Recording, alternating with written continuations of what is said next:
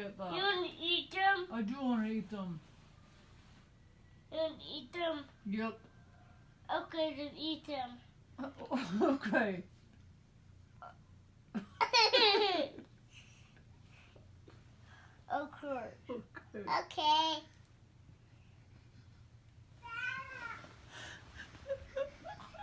You want to eat them? Before you go. Ouch.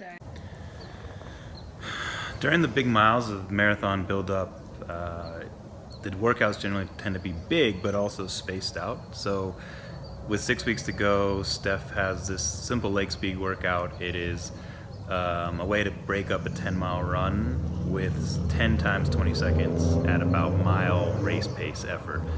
So in essence, a pace you could run for 1 mile all out, but you're only doing it in a 20-second burst. And it's really just a way to keep the legs moving and wake them up a little bit when you're doing all the mileage and all the marathon-specific pace workouts that this day lets you feel, remind yourself that you can run fast, and but also not overly fatigue yourself for the next big workout that's coming up.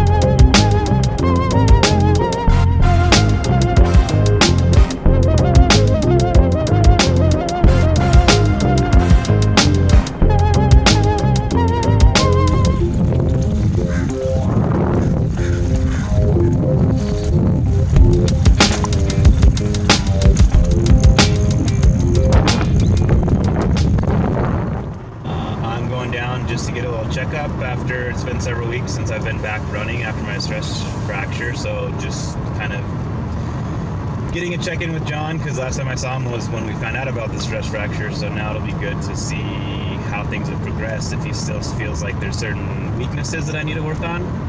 And then Steph's just going down to have a maintenance check, just make sure everything's working well. See how can you feel my fingers? Yep. I'm in contact with your spine right now, right? Mm-hmm. Push. It stays there, right? Okay. Come through. See the foot lift.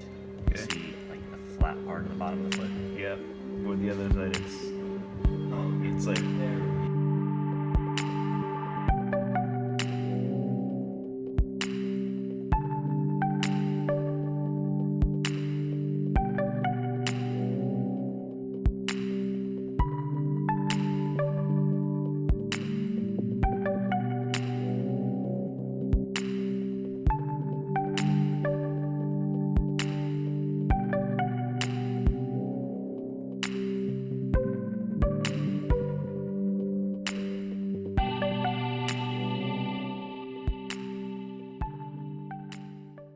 Everything down at John Ball's was good for me.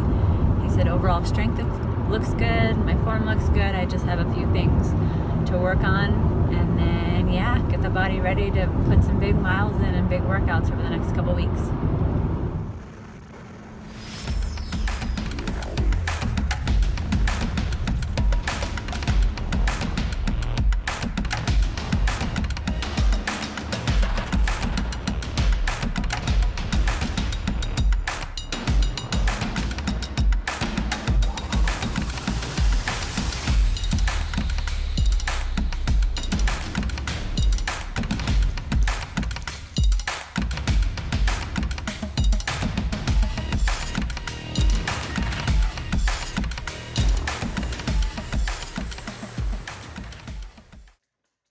I often get a lot of questions about what kinds of food I eat, probably from being diagnosed with celiac and also being allergic to dairy egg, and soy.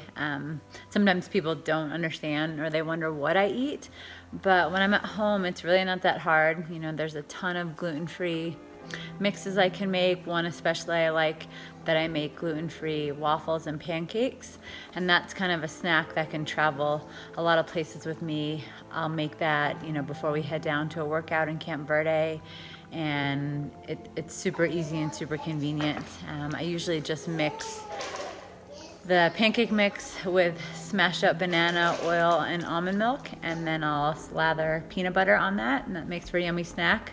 Obviously, Picky Bars, that's my pre-race and pre-workout go-to bar, and then post-workout as well. So it's not as challenging as it sounds. It just takes a little more time and preparation. And like I said, especially when we have to travel down to a place like Camp Verde, which is 45 minutes away, I have to make sure I pack enough snacks to have. Since I'm running London Marathon and it's a super flat and fast course, we've been driving down to Camp Verde a lot for many of my workouts. Camp Verde is 45 minutes south of Flagstaff, and it sits around 3,300 feet, so pretty close to sea level. And we have this great 3-mile loop that we do workouts at. So this one particular day, I had a 3-mile tempo, 8 times 800, followed by a 3-mile tempo. And one of my friends up here, Haley, she joined me for the first part as she was getting ready to run Carlsbad 5,000. She just did 3 of the miles as like mile repeats. And then I was lucky enough to have Ben pace me on the 800s. And then a lot of the segment has been, I've been finishing the workouts on my own, because like we say, going into London, you know, you really have to earn that last 10K. So I've been practicing being on my own for the last part of all the workouts, the segment.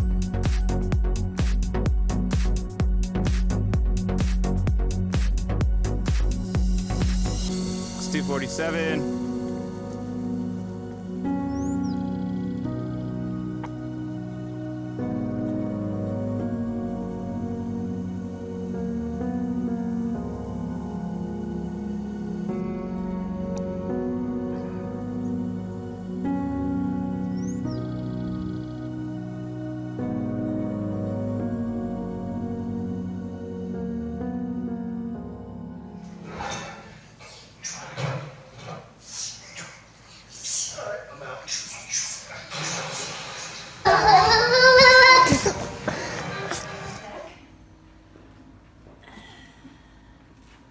Who's gonna fold the laundry?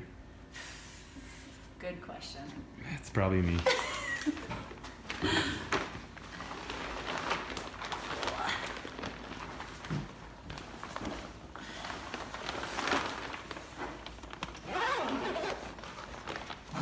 So if you can't have your own personal masseuse, might as well get yourself some Normatec boots. Nice rhyme. Thank you. I didn't even mean to rhyme, but I did. Super simple.